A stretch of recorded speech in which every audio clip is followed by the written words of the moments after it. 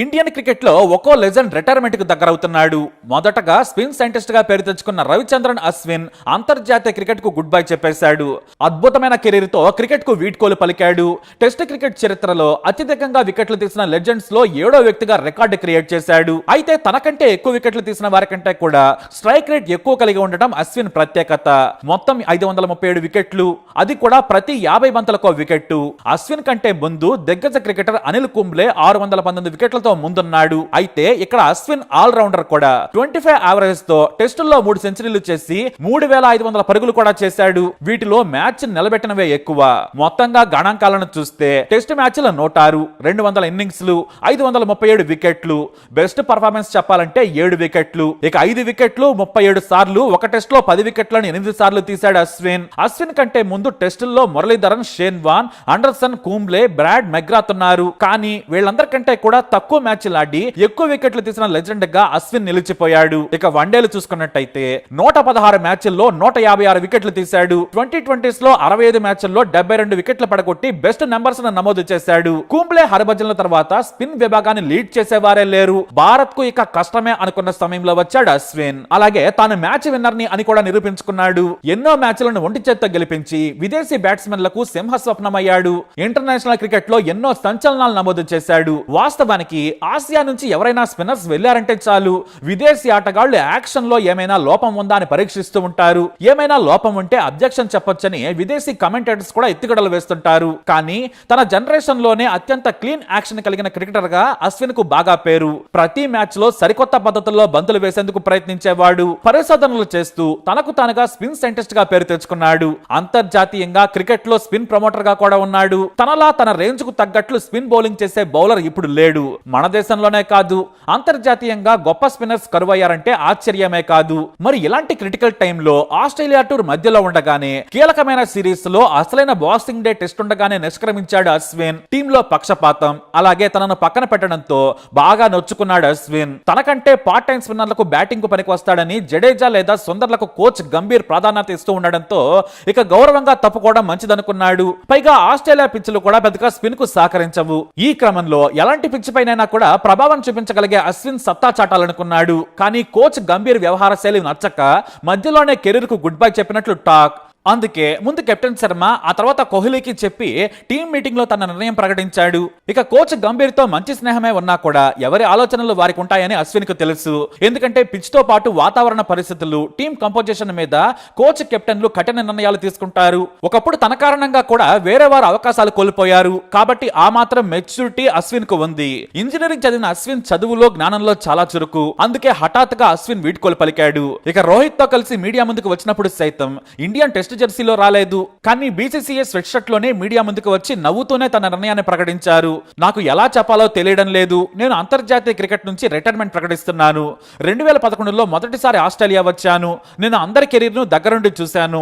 రాహుల్ ద్రావిడ్, ఆ తర్వాత సచిన్ టెండూల్కర్ వెళ్లిపోవడం చూశాను. నమ్మండి, ప్రతి ఒక్కరికి ఇది తప్పదు. నేను నా కెరీర్ ను చాలా ఎంజాయ్ చేశాను. అందరితో మంచి బంధం, మంచి స్నేహం ఉన్నాయి.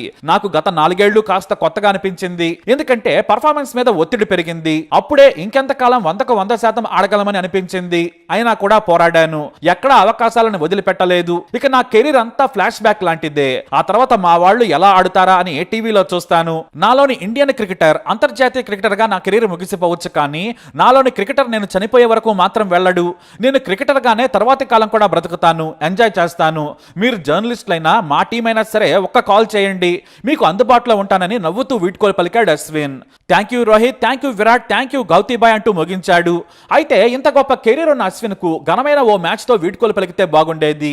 కానీ బీసీసీఐలో రాజకీయాలు, గౌతమ్ గంభీర్ వచ్చిన తర్వాత టీంలో కూడా పాలిటిక్స్ తో పాటు తన ప్రమేయం పెరగడం, ఆటగాళ్ల సలహాలకు విలువ లేకపోవడంతో మధ్యలోనే రిటైర్మెంట్ ప్రకటించాడు అశ్విన్. వాస్తవానికి కోచ్ గౌతమ్ గంభీర్ కంటే కూడా గొప్ప కెరీర్ ని నిర్మించుకున్నాడు అశ్విన్. కానీ మన టైం బాగోలేనప్పుడు కాలానికి అనుగుణంగా ఫ్లోలో వెళ్లాల్సిందే. ఆ విషయంలో అశ్విన్ కు ఫుల్ క్లారిటీ ఉంది. అలానే నిష్క్రమించాడు కూడా. కానీ అశ్విన్ చేసిన ప్రయోగాలు ఎవ్వరూ చేయలేదు. లేదు. ప్రతి పిచ్ మీద కొత్తగా బంతులు వేసేందుకు ప్రయత్నించేవాడు. అతనికి స్ఫూర్తి శ్రీలంక స్పిన్నర్ అజంతా మెండెస్.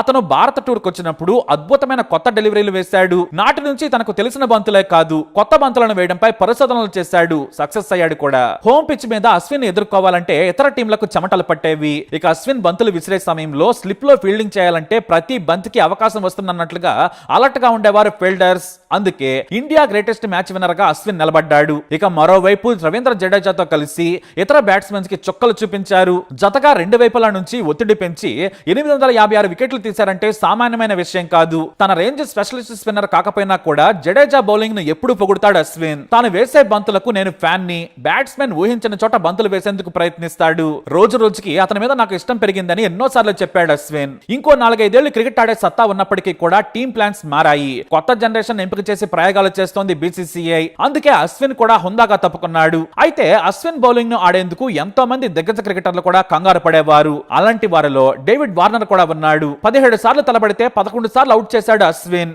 పైగా వార్నర్ స్పిన్ ని బలంగా బాదడమే కాదు, ఆడగల సత్తా ఉన్న వ్యక్తి. ఇక బెన్ స్టోక్స్ కూడా 17 సార్లు తలబడితే 13 సార్లు అశ్విన్ కు దొరికాడు.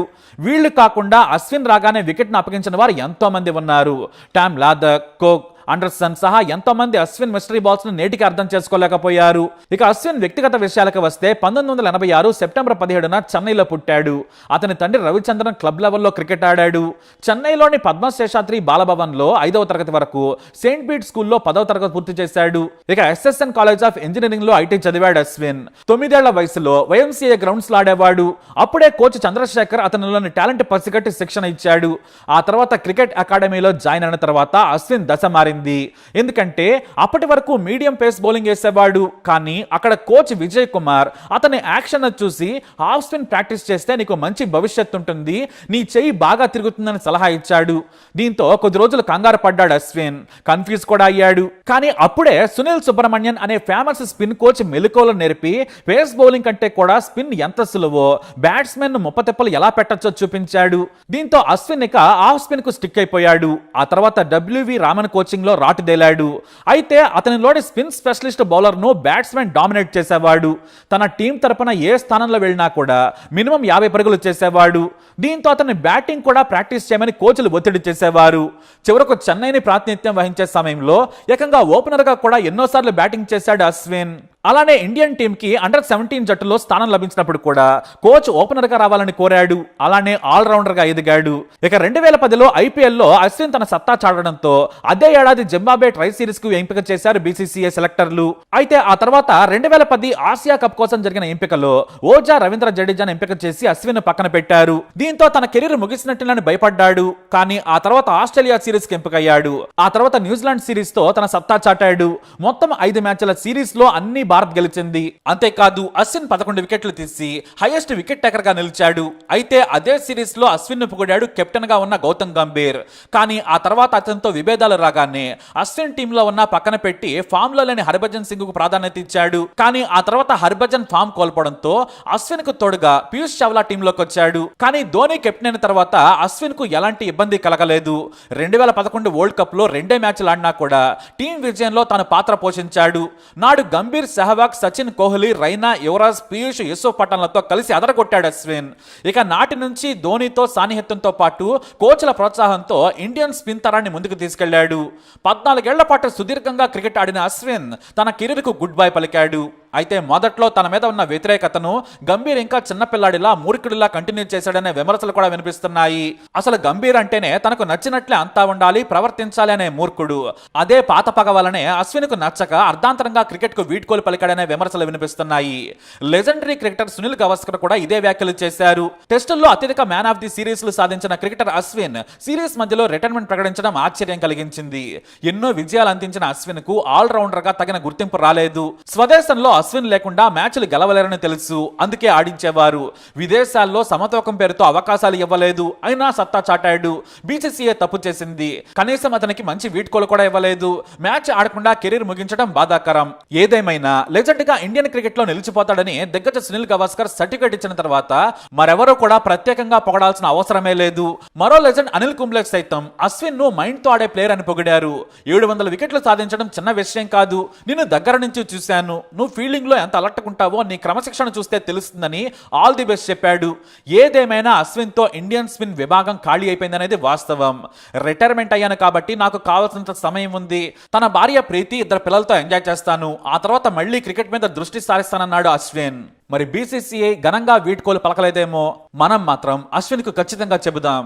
గ్రేట్ క్రికెటర్ అశ్విన్ కి సెల్యూట్. మరి మీ అభిప్రాయాన్ని కూడా కమెంట్ ద్వారా తెలియజేయండి. వీడియోని లైక్ చేయండి, షేర్ చేయండి, మా ఛానల్ని సబ్స్క్రైబ్ చేసుకోండి.